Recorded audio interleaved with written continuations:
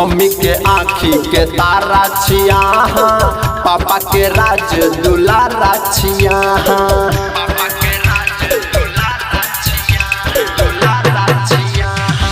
Mummy के आँखी के तारा छिया, पापा के राज दुलारा छिया। आए रखने छी सब कुछ सजा के। हैप्पी बर्थडे यो आर्यन बाबू, जन्मदिन मुबारक अहाँ के। हैप्पी बर्थडे यो आर्यन बाबू, जन्मदिन मुबारक अहाँ के। हैप्पी बर्थडे यो आर्यन बाबू, जन्मदिन मुबारक अहाँ के। हैप्पी बर्थडे यो आर्यन बाबू, बाबू जन्मदिन मुबारक अहाँ के। डीजे ओम प्रकाश, अभी आप सुन रहे हैं आर रिकॉर्डिंग स्टूडियो से।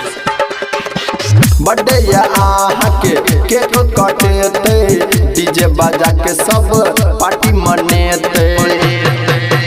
हाँ बर्थडे या आहाँ के केक कटेते, डीजे बजा के सब पार्टी मनेते। आए रखने छी सब कुछ सजा के।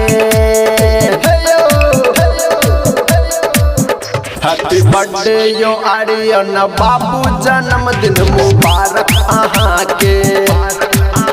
हैप्पी बर्थडे यो आर्यन बाबू, जन्मदिन मुबारक अहाँ के।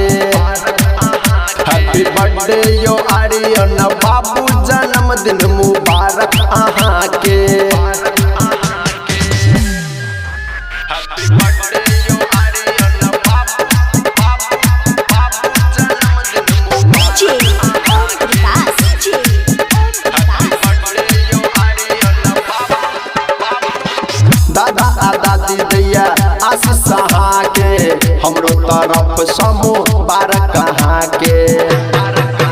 हाँ दादा आ दादी दैया आशीष अहाँ के, हमरो तरफ समूह बारक कहाँ के। आए रखने छी सब कुछ सजा के।